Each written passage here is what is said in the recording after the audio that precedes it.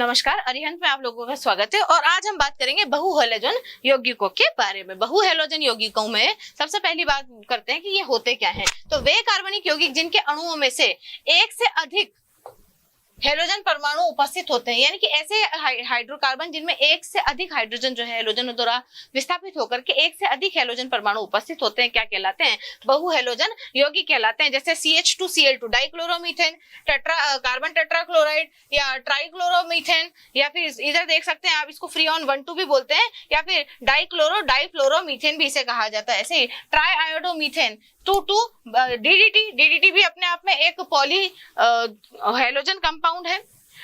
ये पुनः उपस्थित हैलोजन परमाणुओं की संख्या के आधार पर डाइहेलो एल्केन, ट्राइहेलो एल्केन और टेट्राहेलो एल्केन कहलाते हैं। भाई सीधी सी बात है कि अगर एक हैलोजन उपस्थित होगा तो मोनोहेलो एल्केन, दो हैलोजन उपस्थित होंगे तो डाइहेलो एल्केन, तीन हैलोजन उपस्थित होंगे तो ट्राइहेलो एल्केन। इस तरीके से इनके नाम होते हैं। तो मीथेन के ट्राइहेलो जो डेरिवेटिव्स होते हैं, ट्राइहेलो व्युत्पन्न जो होते हैं, उन्हें क्या कहा जाता है? हेलोफॉर्म कहलाते हैं। मतलब मीथेन में टोटल 4 कार्बन उपस्थित हैं। टोटल 4 कार्बन उपस्थित, एक कार्बन और 4 हाइड्रोजन उपस्थित होते हैं। 4 कार्बन नहीं, 4 हाइड्रोजन उपस्थित होते हैं मीथेन में। अब मीथेन में से यदि एक एक हाइड्रोजन को एक एक क्लोरीन या एक एक हेलोजन के द्वारा, जैसे एक हाइड्रोजन हटाया तो ये बन गया, एक हाइड्रोजन हटा करके एक हेलोजन बनाया तो मोनोक्लोरो डेरिवेटिव बन गया है। मोनोक्लोरो डेरिवेटिव के बाद में यदि हम इसका एक हाइड्रोजन और हटा दें, एक हाइड्रोजन और हटा करके और इसकी जगह पे एक हेलोजन और लगा दें तो ये बन जाएगा डाइहेलो डेरिवेटिव, डाइहेलो व्युत्पन्न बन जाएगा। और इसी तरीके से यदि हम एक हाइड्रोजन और हटा दें और इसकी जगह पर हेलोजन लगा दें तो ये बन गया ट्राइहेलो व्युत्पन्न, किसका? मीथेन का, एक कार्बन वाले का, है ना, जिसमें एक कार्बन होता है उसको मीथेन बोलते हैं। तो ऐसा हाइड्रोकार्बन जिसमें एक कार्बन है उसको मीथेन बोलते हैं। और उसके 3 हाइड्रोजन यदि 3 हेलोजन से रिप्लेस कर दिए जाते हैं तो ये क्या बनाता है? हेलोफॉर्म बनाता है। अब हेलो फॉर्म जो बनता है, अगर क्लोरीन जुड़ा हुआ है तो क्लोरोफॉर्म, आयोडीन जुड़ा हुआ है तो आयोडोफॉर्म, ब्रोमीन जुड़ा हुआ है ब्रोमोफॉर्म, और फ्लोरीन जुड़ा हुआ है तो फ्लोरोफॉर्म, ये कहलाते हैं। डाइहेलो एल्केनों का जो वर्गीकरण है वो किस प्रकार से किया गया है? इनको जेम डाइहेलाइड और विसिनल डाइहेलाइड जो है उनमें व्यवस्थित किया गया है। तो डाइहेलो एल्केनों में यदि दोनों हेलोजन परमाणु समान कार्बन पर उपस्थित होते हैं तो ये जेम डाइहेलाइड बनाते हैं, तथा सामान्य नामकरण पद्धति से इसे एल्किलिडीन हैलाइड कहा जाता है। देख लीजिए, इस कार्बन की जो 2 हाइड्रोजन है, मतलब एक ही कार्बन के 2 हाइड्रोजन यदि विस्थापित होकर के हेलोजन जोड़ते हैं तो वो जेम डाइहेलाइड कहलाते हैं। जैसे कि आइसोप्रोपिलिडीन ब्रोमाइड या एथिलिडीन क्लोराइड, इसको डीन लगा करके भी कहा जाता है। इसी प्रकार से दोनों हेलोजन परमाणु यदि निकटवर्ती कार्बनों पर, जैसे कि यहाँ इस तरीके से जुड़े हुए हैं, तो इन्हें विसिनल डाइहेलाइड कहा जाता है, या इनको एल्किलिडीन डाइहेलाइड भी कहा जाता है। जैसे कि ये देख लीजिए, एथिलिडीन डाइक्लोराइड जिसे विसिनल डाइहेलाइड कहा जाता है। परंतु यदि दो हैलोजन परमाणु यौगिक के दोनों सिरों पर उपस्थित होते हैं तो अल्फा ओमेगा डाइहेलाइड बनता है। अल्फा ओमेगा डाइहेलाइड का उदाहरण मैं बता देती हूँ आपको यहाँ पर। जैसे कि 4 कार्बन वाली जो चेन है या 5 कार्बन वाली जो चेन है, उसके प्रथम कार्बन और उसके अंतिम कार्बन का हाइड्रोजन यदि रिप्लेस कर दिया जाए, यहाँ पर मैंने हाइड्रोजन की लगा करके वैलेंसी कंप्लीट कर देनी है इस तरीके से,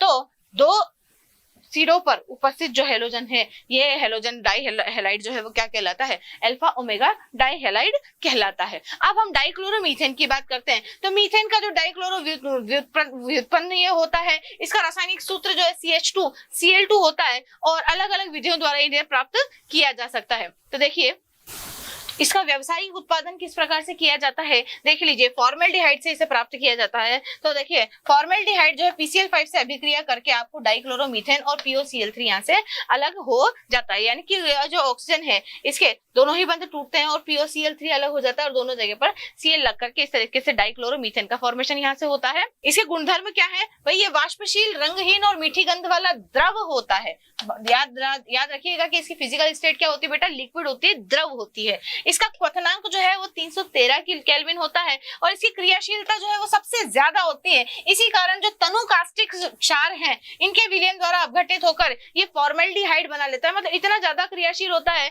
कि तनुकास्टिक प्लास्टिक क्षारों के साथ में अभिक्रिया करके वापस से फॉर्मल्डिहाइड में परिवर्तित हो जाता है। देख लीजिए कि आपने ये जो डाइक्लोरोमीथेन लिया है, डाइक्लोरोमीथेन तनु NaOH के साथ में अभिक्रिया करके यहाँ से H2O जो है बाहर निकाल देता है, और ये जो है एक अस्थायी प्रोडक्ट की फॉर्म में यहाँ पर प्राप्त होता है क्योंकि दो Na जो है दो Cl के साथ में NaCl बना लेते हैं और OH इधर जुड़ करके एक अस्थायी पदार्थ का निर्माण करते हैं। और ये अस्थायी यौगिक इसलिए क्योंकि एक कार्बन पर दो OH जो है वो कभी भी नहीं रह सकते, तो यहाँ से H2O जो है बाहर निकल जाता है और ये फॉर्मल्डिहाइड के रूप में आपको प्राप्त हो जाता है, अपघटित हो जाता है। इसके यूजेस क्या है भाई? डाइक्लोरोमीथेन का जो क्वथनांक तथा ज्वलनशीलता जो है वो कैसे होते हैं? निम्न होते हैं। इस कारण इनका प्रयोग खाद्य तथा औषधि उद्योगों में निष्कर्षण विलायक के रूप में किया जाता है, यानी कि खाद्य को और औषधियों को घोलने के रूप में इसको काम में लिया जाता है। दूसरा, इसे पेंट को हटाने के लिए एरोसोल में प्रोपेलेंट के रूप में भी प्रयुक्त किया जाता है। पेंट जो आप करते हैं ना उसको हटाने के लिए भी प्रोपेलेंट के रूप में इसको यूज करते हैं।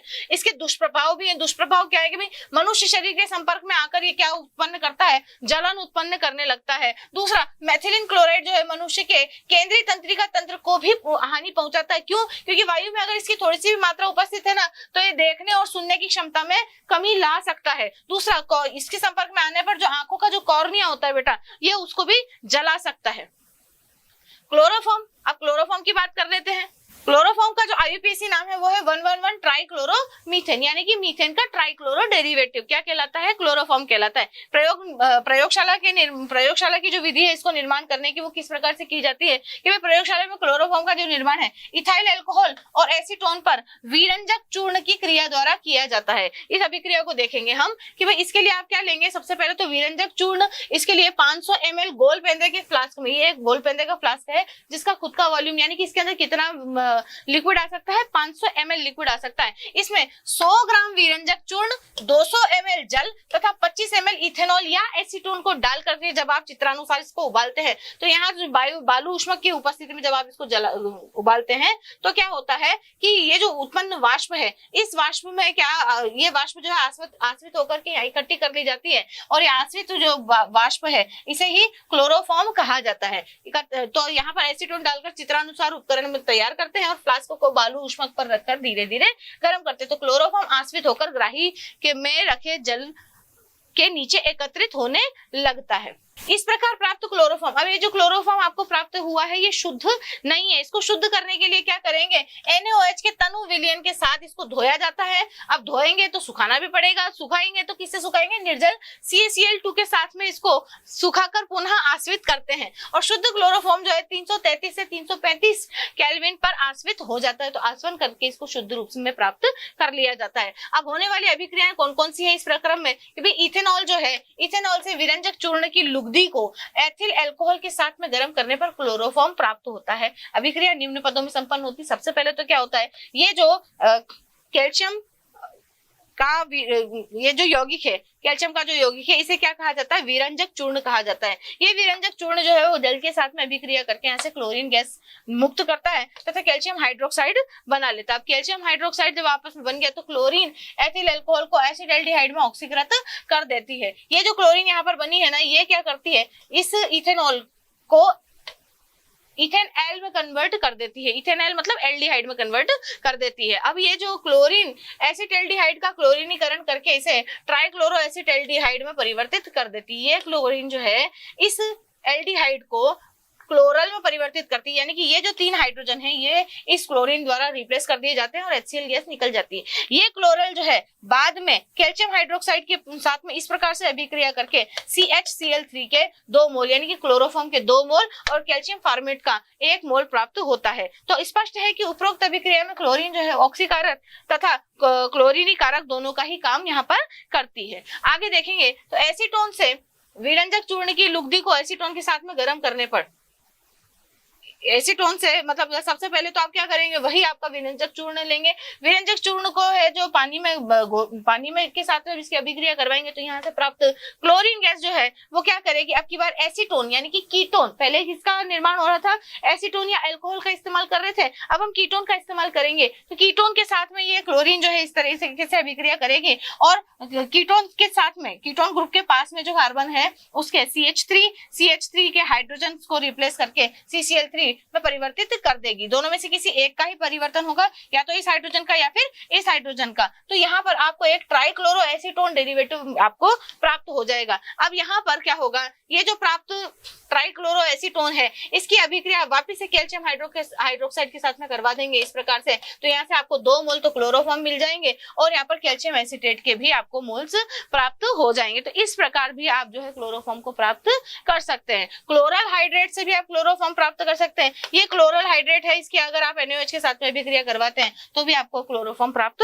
हो जाती है। यद्यपि क्लोरल हाइड्रेट जो है, क्लोरल हाइड्रेट ये क्लोरल हाइड्रेट CeCl3CHO.H2O हाइड्रेट का मतलब है कि यहाँ पर क्रिस्टलन जल उपस्थित है। ये जो क्लोरल हाइड्रेट है क्लोरल हाइड्रेट में जो 2 OH समूह है वो एक ही कार्बन पर उपस्थित हैं अगर आप देखें तो, परंतु फिर भी यह स्थायी होता है। क्यों? क्योंकि ये कार्बन, ये जो OH है, ये देखिए इस कार्बन पर ये वाला OH समूह और ये वाला OH समूह दोनों ही उपस्थित है। अब ये दोनों OH समूह क्या करेंगे, पास में उपस्थित जो कार्बन है उसके क्लोरीन के साथ में इस प्रकार हाइड्रोजन बंध बना लेंगे। आप इसको इस प्रकार भी देख सकते हैं, यदि यहाँ परेशानी आ रही हो तो भाई OH इस कार्बन से जुड़ा O और ये H और ये हाइड्रोजन और ये क्लोरल हाइड्रेटेड है ना। अब यहाँ पर आपको हमने कहा था कि भाई एक कार्बन पे 2 OH उपस्थित नहीं रह सकते, अस्थायी उत्पाद बनता है ये। तो अस्थायी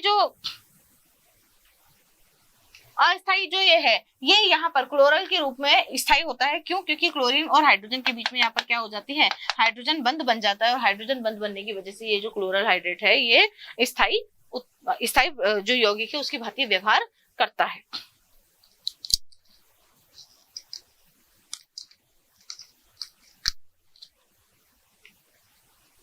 क्लोरोफॉर्म का औद्योगिक निर्माण। अब क्लोरोफॉर्म को औद्योगिक रूप से किस प्रकार बनाया जाता है, तो भाई मीथेन के हैलोजनीकरण द्वारा इसे प्राप्त किया जाता है। आप मीथेन ले लीजिए, मीथेन को क्लोरीन के साथ में उत्प्रेरक की उपस्थिति में, उत्प्रेरक के रूप में जो है आप नाइट्रोजन वगैरह का इस्तेमाल कर सकते हैं। इस प्रकार उत्प्रेरक की उपस्थिति में monochloro derivative, dichloro derivative, trichloro derivative और टेट्राक्लोरो डेरिवेटिव या व्युत्पन्न आपको प्राप्त होते हैं। यहाँ पर से यदि आप जो है प्रभाजी आसवन करवाएं तो इस मिश्रण में से आप क्लोरोफॉर्म को अलग कर सकते हैं। कार्बन टेट्राक्लोराइड का भी अब चयन है। यदि आप आयरन की उपस्थिति में भाप के साथ में करवा देते हैं तो यहाँ से क्या होगा, एक तो HCl बाहर हो जाएगा और क्लोरोफॉर्म आपको प्राप्त हो जाएगा।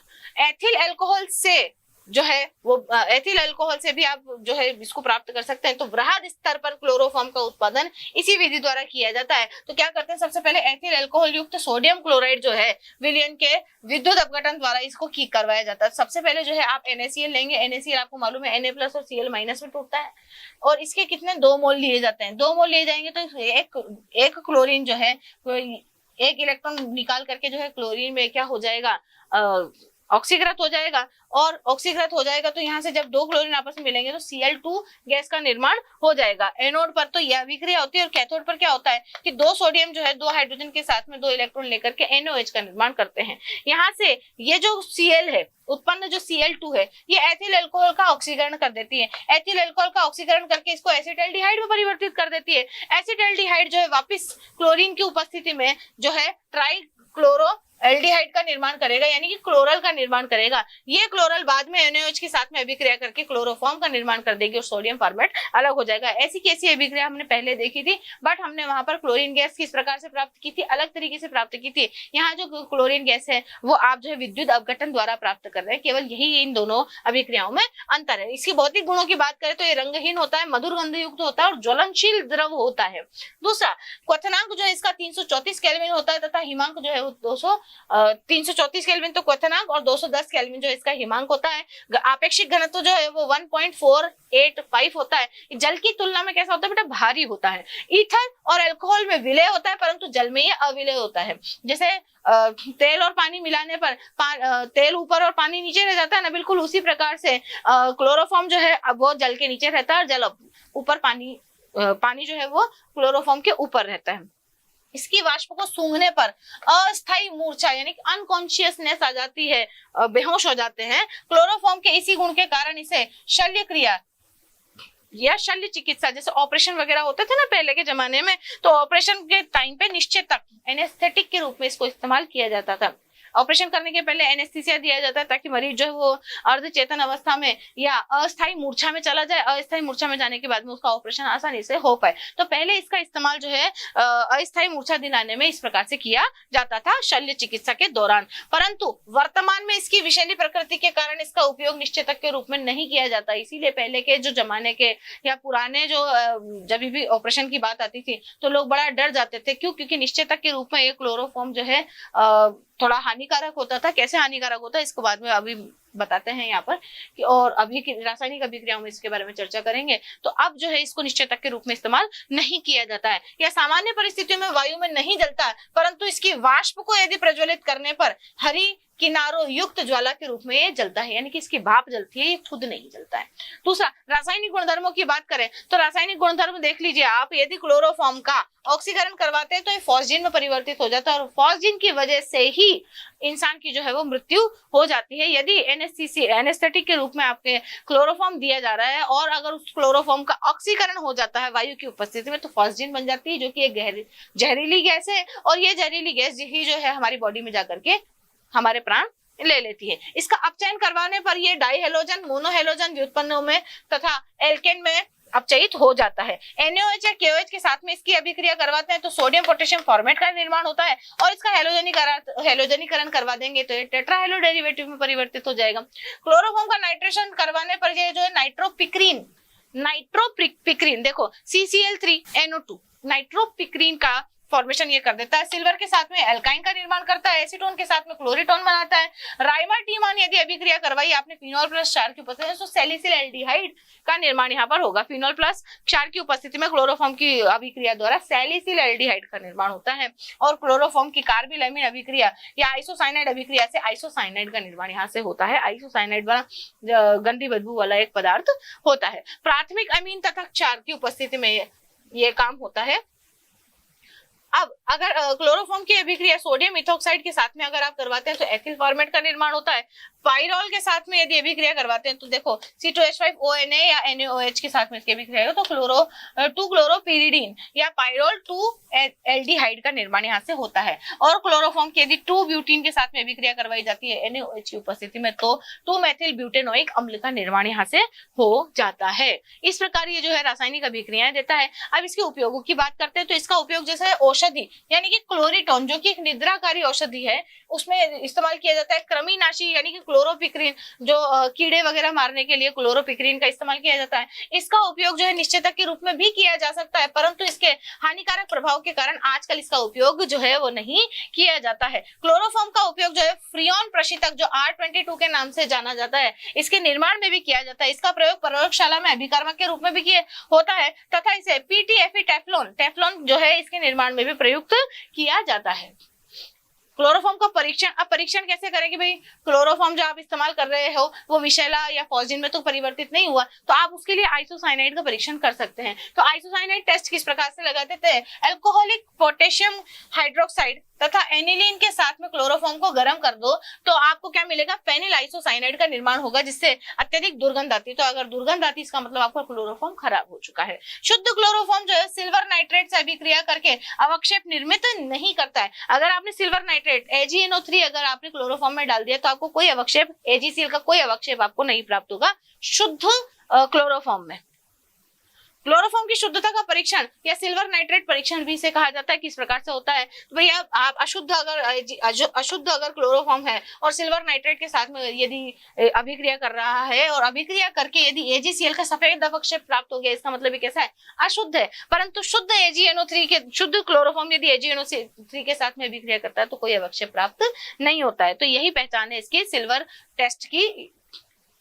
सिल्वर नाइट्रेट टेस्ट इसको कहा जाता है क्लोरोफॉर्म का। आगे बात करते हैं आयोडोफॉर्म की। आयोडोफॉर्म का मतलब है कि ट्राई आयोडो व्युत्पन्न किसका? मीथेन का। तो नाम इसका होगा 111 ट्राई आयोडो मीथेन होगा। इसका निर्माण किस प्रकार से किया जाता है? तो प्रयोगशाला में आयोडोफॉर्म का निर्माण जो है इथेनॉल और एसीटोन की अभिक्रिया जो है क्षार तथा आयोडीन के साथ में करवाकर हेलोफॉर्म जो है अभिक्रिया बनती है। अब इस अभिक्रिया को आप इस प्रकार से देखें तो इथेनॉल से आयोडोफॉर्म का निर्माण किस प्रकार से होगा? वही NaOH की अभिक्रिया जो है आप I2 के साथ में करवाएंगे और NaOI सोडियम हाइपोआयोडाइड का निर्माण यहाँ से होगा और सोडियम आयोडाइड का भी निर्माण यहाँ पर होगा। अब ये जो NaO है, सोडियम हाइपोआयोडाइड जो है, ये देख लीजिए, सोडियम हाइपोआयोडाइड जो है, ये सोडियम हाइपोआयोडाइड जो है इथेनॉल के साथ में अभिक्रिया करके इसको इथेनॉल में परिवर्तित करती है। यह इथेनॉल, इथेनॉल एल्डिहाइड है ना, ये इथेनॉल जो है, इथेनॉल एल्डिहाइड है, ये इथेनॉल नहीं है, ये कौन है,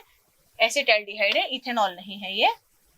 इथेनॉल जो है, ये इथेनॉल जो है सोडियम हाइपोआयोडाइड के साथ में दोबारा से अभिक्रिया करके NaOH में परिवर्तित हो जाती है और CI3CHO, जैसे आपको वो क्लोरल मिला था बिल्कुल उसी प्रकार से क्लोरीन की जगह पे अगर आप आयोडीन लगा देते हैं तो ट्राई आयोडो एसिटाल्डिहाइड इसे कहा जाता है, एक व्युत्पन्न प्राप्त होता है। और ये जो यौगिक है बाद में NaOH के साथ में अभिक्रिया करके जो है HCl3 का निर्माण यहाँ से हो जाता है और HCOONA सोडियम फॉर्मेट के रूप में अलग प्राप्त हो जाता है। तो यहाँ से HCOONA जो है ऊष्मा जल अपघटन इसका करवाया जाता है और यहाँ से आपको आयोडोफॉर्म अलग मिल जाता है और सोडियम फॉर्मेट अलग प्राप्त हो जाता है। तो संपूर्ण अभिक्रिया को यदि एक पद में लिखा जाए तो किस प्रकार से लिखेंगे, इथेनॉल जो है आयोडीन के साथ में सोडियम हाइड्रोक्साइड की उपस्थिति में, तो 1 मोल इसका, 4 मोल इसके और 6 मोल इसके लेने पर आपको 1 मोल आयोडीन मिलेगी और सोडियम फॉर्मेट का भी 1 मोल प्राप्त होगा और 5 मोल जो है सोडियम आयोडाइड के प्राप्त होंगे, साथ में जल भी प्राप्त होगा। तो सोडियम कार्बोनेट के साथ में यदि आप इसकी अभिक्रिया करवाते हैं तो किस प्रकार से होगी अभिक्रिया, तो 1 मोल इथेनॉल जो है, इथेनॉल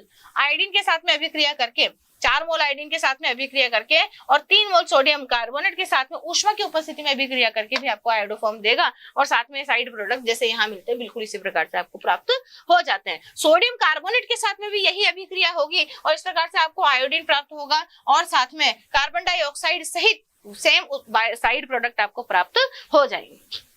हेलोफॉर्म अभिक्रिया से संबंधित कुछ महत्वपूर्ण तत्व जो है वो कौन कौन से हैं कि भाई इस प्रक्रिया में NaOH के स्थान पर यदि आप KOH भी ले सकते हैं, कोई दिक्कत नहीं है।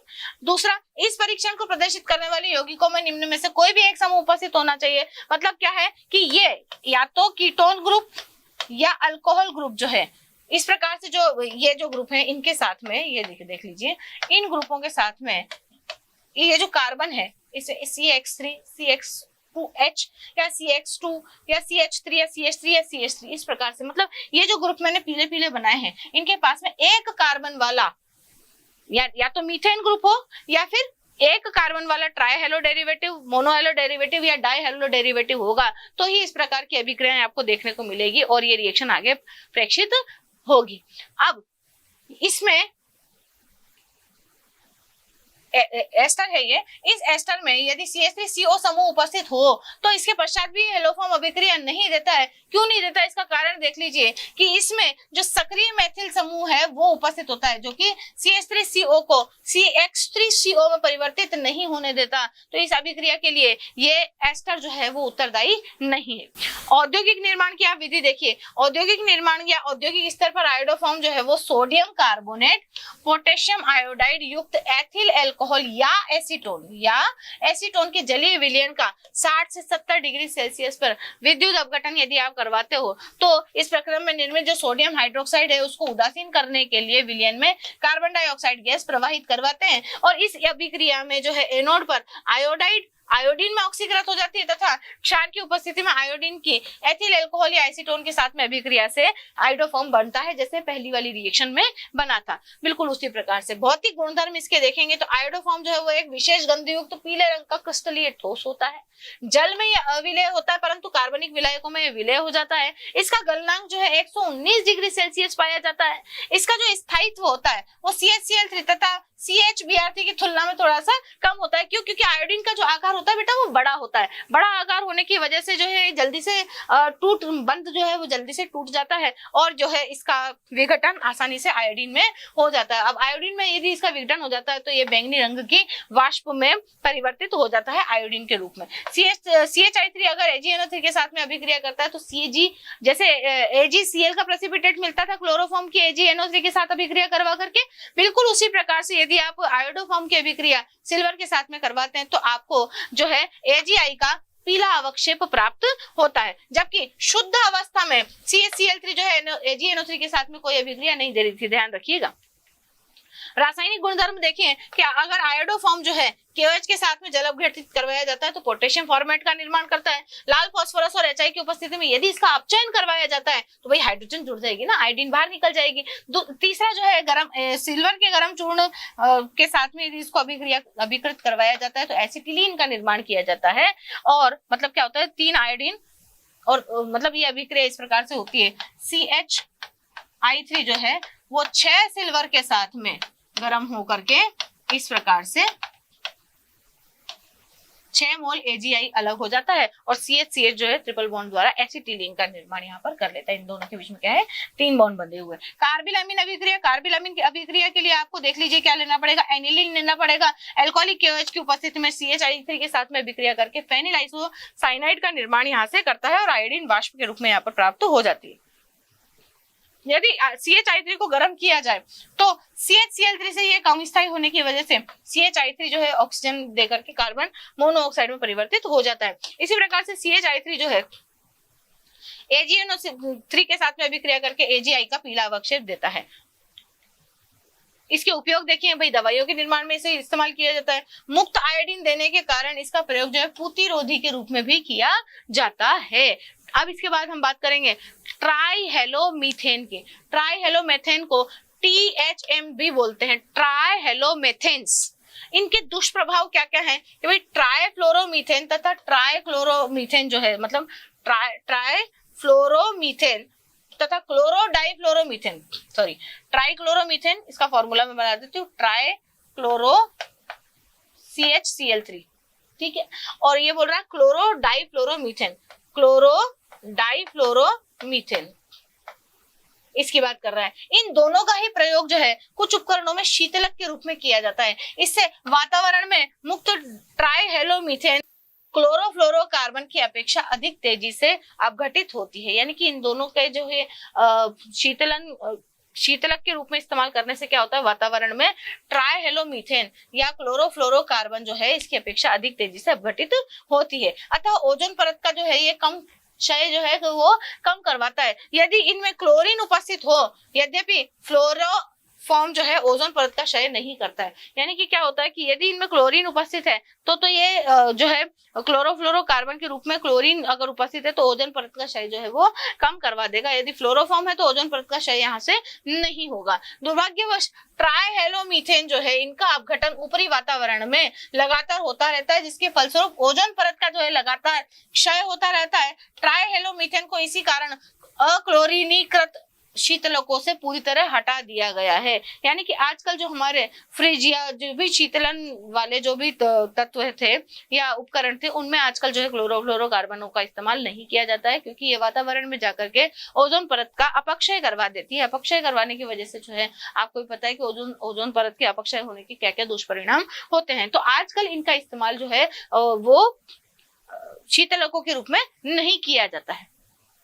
तो क्लोरोफॉर्म का जो प्रयोग है बहुधा कार्बनिक रसायन में विलायक के रूप में किया जाता है। पहली बात तो इसका जो उपयोग है, और यह जल की अपेक्षा अत्यंत कम ध्रुवीय विलायक है और इसमें कार्बनिक यौगिक जो है वो विलय होते हैं, क्योंकि जल पोलर सॉल्वेंट है और ये जो है नॉन पोलर सॉल्वेंट की भांति या व्यवहार करता है, इसलिए इसमें जो है कार्बनिक यौगिक जो है वो विलय हो जाते हैं। यद्यपि यह भी कैसा होता है, विषैला होता है तथा कैंसर जन्य होता है, फिर भी यह कार्बन टेट्राक्लोराइड की अपेक्षा थोड़ा कम हानिकारक है। स्वास्थ्य तथा नियमों के कारण आधुनिक रासायनिक प्रयोगशालाओं में क्लोरोफॉर्म का जो प्रयोग है एक सस्ते और अच्छे विलायक या वैकल्पिक विलायक के रूप में किया जाता है। सस्ता पड़ता है और अच्छा विलायक माना जाता है, इसलिए इसका उपयोग हम कर लेते हैं, वरना इसका उपयोग जो है वो स्वास्थ्य की दृष्टि से बिल्कुल भी उपयोगी नहीं है। अच्छा, क्लोरोफॉर्म जो है स्विमिंग पूल वगैरह में भी बनती है, क्योंकि स्विमिंग पूल के जो जल होता है उसमें क्लोरीन उपस्थित होती है। वह क्लोरीन गैस जो है मूत्र, पसीने तथा त्वचा के कुछ जो कण हैं उनके साथ में अभिक्रिया करके हाइपोक्लोराइड का निर्माण यहाँ से कर देती है, और हाइपोक्लोराइड के साथ साथ यहाँ पर हेलोफॉर्म जो है वह भी बनने लगता है प्रकाश या पराबैंगनी प्रकाश की किरणों में। और पराबैंगनी प्रकाश की उपस्थिति में जो है क्लोरोफॉर्म किस में परिवर्तित हो जाता है, फॉस्जिन गैस में परिवर्तित हो जाता है और यह कैसी होती है, अत्यंत विषैली गैस होती है। कुछ ट्राइहेलोमीथेन जो है वो अत्यधिक वाष्पशील होते हैं तथा वायु में जो है आसानी से वाष्पित हो जाते हैं। इनके कारण तैराकी करते समय इन्हें सांस द्वारा भीतर लेना संभव हो जाता है। यानी कि अब आप सांस लोगे तो भाई तैराकी करोगे तो और तेजी से सांस लोगे, तेजी से सांस लोगे तो आपके जो है शरीर में चले जाएंगे और तैराकों के लिए तापीय अवशोषण के साथ जो है त्वचा से टेट्राहेलोमीथेन का जो शोषण है वो सर्वाधिक लगभग कितना 80% तक इसका अवशोषण जो है वो हो जाता है तैराकी करते समय। इसके बाद हम बात करते हैं कार्बन टेट्राक्लोराइड की, यानी कि कार्बन के चारों हाइड्रोजन जो है वो क्लोरीन द्वारा यदि विस्थापित कर दिए जाए तो CCl4 नाम का एक प्राणी CCl4 नाम का एक यौगिक जो है वो कार्बन टेट्राक्लोराइड के रूप में आपको प्राप्त हो जाता है। और इसका जो ये जो है सबसे पहले इसकी खोज किसने की थी, कोलतार से भारी प्रभाज से सर्वप्रथम लॉरेंट नाम के वैज्ञानिक ने इसको कोलतार के प्रभाजी आसवन भारी प्रभाज द्वारा करवाई गई थी। इसके निर्माण की विधियां देख लीजिए आप।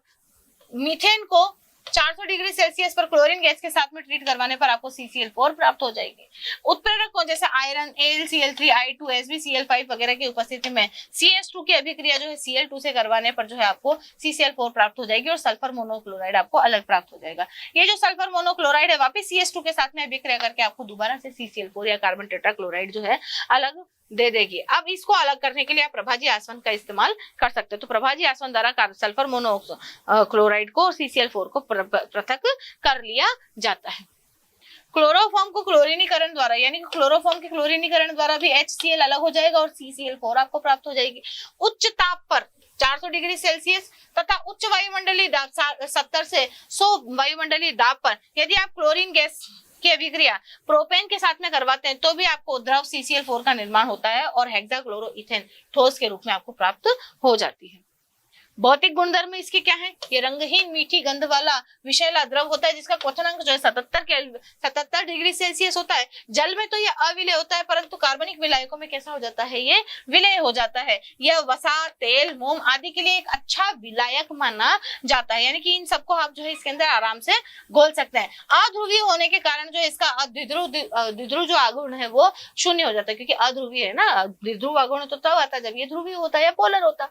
अज्वलनशील होता है, अग्निशमन की तरह ये पायरीन के रूप में इस्तेमाल किया जाता है। जो अग्निशमन यंत्र जो होते हैं उनमें पायरीन नाम का जो केमिकल होता है वो यही होता है CCl4 को पायरीन के नाम से अग्निशामक जो पदार्थ होता है उसके रूप में इस्तेमाल किया जाता है। इसके रासायनिक गुणधर्मों की बात करें तो भाई CCl4 जो है ऑक्सीकरण करवा करके फॉस्जिन में परिवर्तित हो जाती है, अपचयन से क्लोरोफॉर्म में परिवर्तित हो जाती है, जल अपघटन करवाने पर ये पोटेशियम कार्बोनेट में परिवर्तित हो जाती है। और CCl4 जो SbF5 SbF6 या HF के साथ में भी क्रिया करके फ्रियोन बना लेती है। एक एक क्लोरीन यहाँ से हटता जाता है और फ्लोरीन यहाँ पर जुड़ता जाता है, तो फ्रियोन 1,2 का निर्माण यहाँ पर होता है। राइमर टीमान अभिक्रिया यदि आप कराते तो सैलिसिलिक अम्ल बनता है, जबकि पहले हमने क्या बनाया था, सैलिसिलएल्डिहाइड बनाया था। CCl4 की पायरोल के साथ में अभिक्रिया करवाते तो पायरोल 2 कार्बोक्सिलिक अम्ल का निर्माण यहाँ से होता है। फ्रीडल-क्राफ्ट अभिक्रिया द्वारा ये बेंजोफिनॉन देती है। इसके यूजेस क्या क्या है, कार्बन टेट्राक्लोराइड की जो वाष्प है वायु से भारी होती है और अज्वलनशील होती है, इसलिए इसको अग्निशामक के रूप में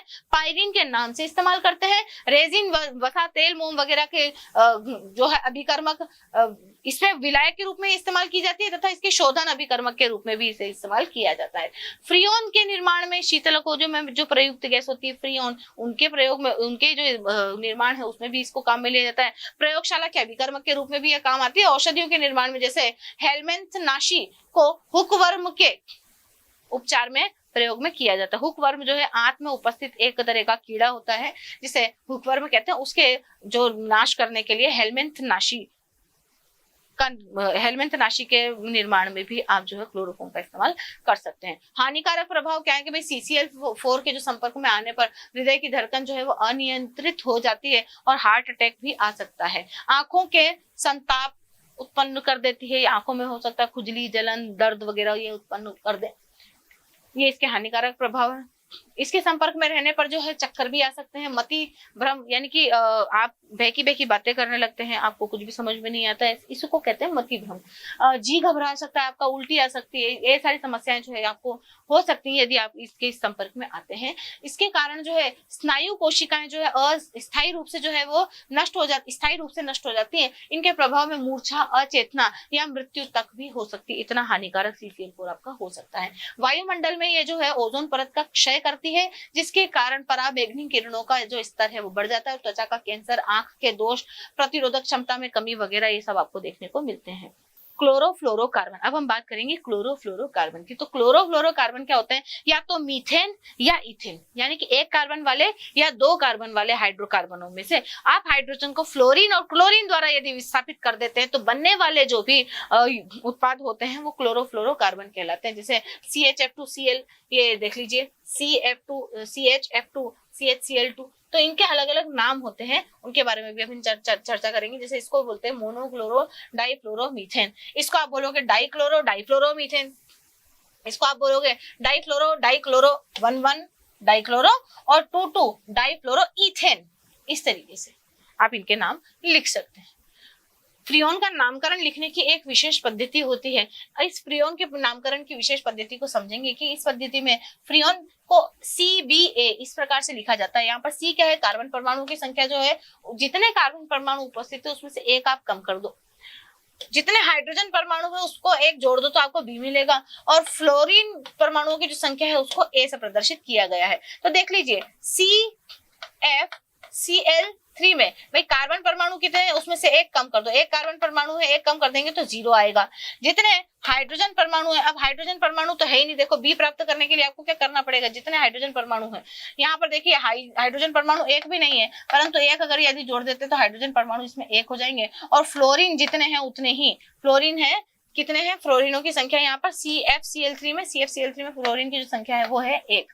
तो इसका नाम हो जाएगा बच्चों फ्रियोन CBA, फ्रियोन 011, इसका नाम हो जाएगा फ्रियोन 011। इस प्रकार से आप इसका नाम लिख सकते हैं।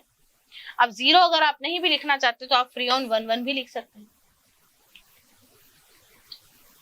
तो देख लीजिए, ये एक कार्बन है तो 0 कार्बन आ जाएंगे, फ्लोरीन 1 है, हाइड्रोजन भी एक ही है और फ्लोरीन भी एक, फ्लोरीन 2 है, तो इसका नाम हो जाएगा फ्रियोन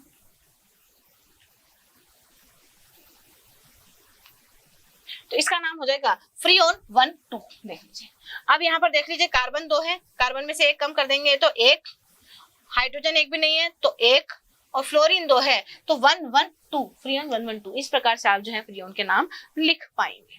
इस फ्रियोन के निर्माण की कुछ विधियां हैं, उनके बारे में चर्चा करते हैं। तो एंटीमनी पेंटाक्लोराइड जो है उत्प्रेरक की उपस्थिति में आप एंटीमनी ट्राइफ्लोराइड के साथ में कार्बन टेट्राक्लोराइड की अभिक्रिया से भी आप फ्रियोन प्राप्त कर सकते हैं। एंटीमनी पेंटाफ्लोराइड की उपस्थिति में हाइड्रोजन फ्लोराइड की अभिक्रिया जब कार्बन टेट्राक्लोराइड के साथ में करवाई जाती है तो इस प्रकार से कार्बन क्लोरोफ्लोरोकार्बन का यहाँ पर निर्माण किया जाता है। इसके भौतिक गुणधर्मों की बात करें तो अज्वलनशील, रंगहीन, अविषैले होते हैं और कम क्वथनांक वाले द्रव होते हैं। ये 550 डिग्री सेल्सियस तक तो ये स्थायी होते हैं। इनमें से सबसे उपयोगी और महत्वपूर्ण जो है वो ये वाला CF2Cl2, जिसका सामान्य नाम फ्रियोन 12 है, इसको ही सबसे ज्यादा मात्रा में हम देखते हैं, यानी कि ये सबसे ज्यादा उपयोगी और महत्वपूर्ण क्लोरोफ्लोरोकार्बन है। इसकी रासायनिक अभिक्रियाओं की हम बात करें तो समताप मंडल में जो क्लोरोफ्लोरोकार्बन है पराबैंगनी किरणों द्वारा अपघटित होकर के जो है ये क्लोरीन फ्री रेडिकल का निर्माण करता है, क्लोरीन मुक्त मूलक का निर्माण करता है।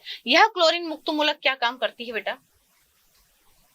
ये क्लोरीन मुक्त मूलक जो है ऊपर जाकर के ओजोन के साथ में अभिक्रिया करके इस प्रकार से कंपाउंड का फॉर्मेशन करती है और ओजोन जो है उसको ऑक्सीजन में अपघटित कर देती है। अब ओजोन का अगर ऑक्सीजन में अपघटन हो जाएगा तो यहाँ से आपको देखने को मिलेगा कि ये क्या कर रही है, ओजोन का अपघटन कर रही है, और ओजोन का अपघटन ये इस प्रकार से लगातार करती रहती है। अब बाद में ये वाला जो कंपाउंड है वापिस ऑक्सीजन के साथ में अभिक्रिया करके फिर से क्लोरीन मुक्त मूलक बना लेगा और ये क्लोरीन मुक्त मूलक वापस ओजोन का इस प्रकार से अपघटन करवाती जाएगी। तो आप देखेंगे कि एक क्लोरीन मुक्त मूलक जो है लगातार ओजोन के 1000 से अधिक अणुओं को विखंडित कर देती है, और यही क्या कहलाता है, ओजोन का डिप्लीशन या ओजोन का विखंडन कहलाता है। इसके उपयोग क्या क्या होते हैं भैया, प्रशीतक के रूप में इस्तेमाल किए जाते हैं।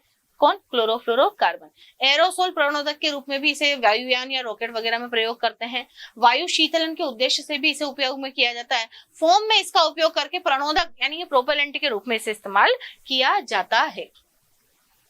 वातावरण पर इसका क्या इफेक्ट पड़ेगा, तो भैया फ्रियोन के अपघटन के फलस्वरूप ओजोन परत का जो है क्षय हो जाता है। ओजोन इसके संपर्क में अधिक रहने पर जो है चक्कर आना, चेतना खोना, केंद्रीय स्नायु तंत्र का जो है विकार आना, हृदय की धड़कन वगैरह जो है वो कम हो जाती है। इसकी वाष्प जो है इसको वायु में विस्थापित करती है तथा प्रभावी क्षेत्र से दम घुट जाता है और मृत्यु भी कभी कभी हो जाती है। यद्यपि ये अज्वलनशील है, फिर भी इसके दहन के फलस्वरूप जो है हाइड्रोफ्लोरिक एसिड का निर्माण होता है। पॉइजन तथा अन्य स्पीशीज प्राप्त यहाँ से हो जाती है, यानी कि बहुत हानिकारक होता है। इसके बाद में हम बात करेंगे डीडीटी की। डीडीटी का जो रासायनिक नाम है वो है 2,2 विसिनल, विसिनल डाइहैलाइड होता है, ध्यान रखिएगा। विसिनल पैरा क्लोरोफेनिल 1,1,1 ट्राइक्लोरोइथेन इसका रासायनिक नाम होता है। सामान्यतः ऐसा पैराडैश डाइक्लोरो डाइफेनिल ट्राइक्लोरोमीथेन इथेन भी इसे कहा जाता है। इसके निर्माण की जो विधि है वो कैसी है कि भाई 1 मोल क्लोरल की अभिक्रिया जो है सांद्र सल्फ्यूरिक अम्ल द्वारा निर्जल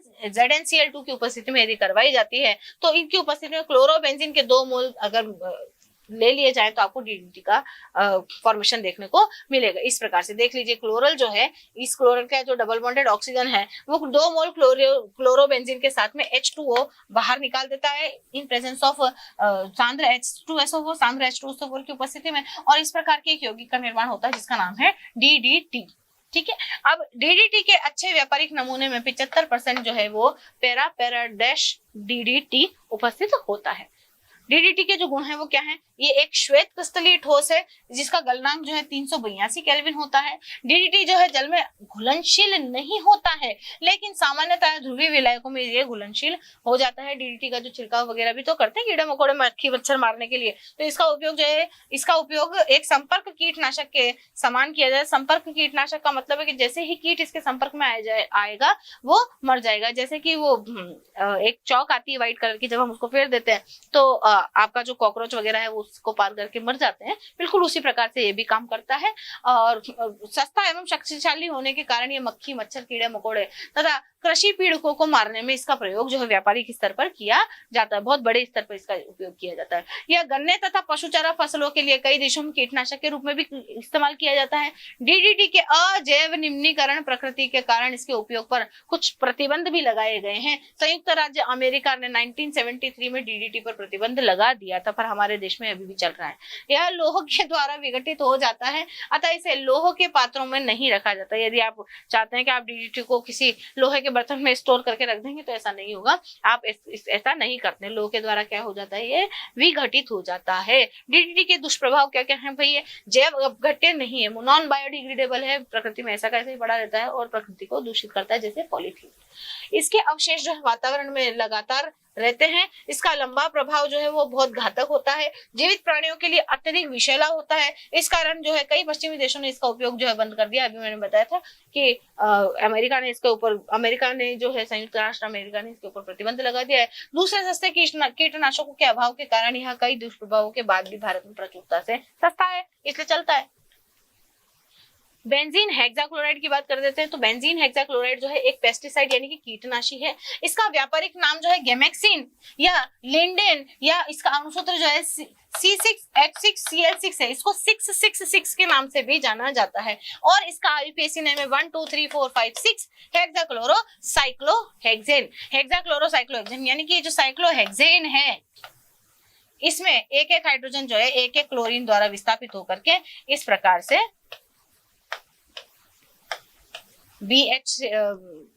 BHC का इसका नाम है बेटा BHC, भी इसको बोलते हैं बेंजीन हेक्साक्लोराइड। 666 भी इसे कहा जाता है। गैमेक्सिन या लिंडेन भी इसे कहा जाता है, लिंडेन या गैमेक्सिन भी इसे कहा जाता है। गैमेक्सिन कोई फर्क नहीं पड़ता क्योंकि हम बायो साइंस पढ़ रहे हैं। निर्माण किस प्रकार से किया जाता है? बेंजीन पर क्लोरीन की अभिक्रिया द्वारा सूर्य के प्रकाश में एक एक जो है हाइड्रोजन Cl के साथ में HCl बनाता जाता है और एक एक Cl जो है वो यहाँ पर विस्थापित होकर के बेंजीन हेक्साक्लोराइड का निर्माण यहाँ से कर देती है। DDT की अपेक्षा जो ये अधिक प्रभावशाली और गंधरहित होती है, इसे DDT से श्रेष्ठ माना जाता है। और इसके उपयोग क्या है? इसका उपयोग जो है सफेद चींटी, लीफ हुपर, टर्माइट आदि के नाश में किया जाता है। यानी कि DDT की अपेक्षा ये ज्यादा अच्छा कीटनाशी माना जाता है, क्योंकि अधिक प्रभावशाली होता है, गंधरहित होता है। ठीक है, तो आज के चैप्टर में इतना ही। नमस्कार।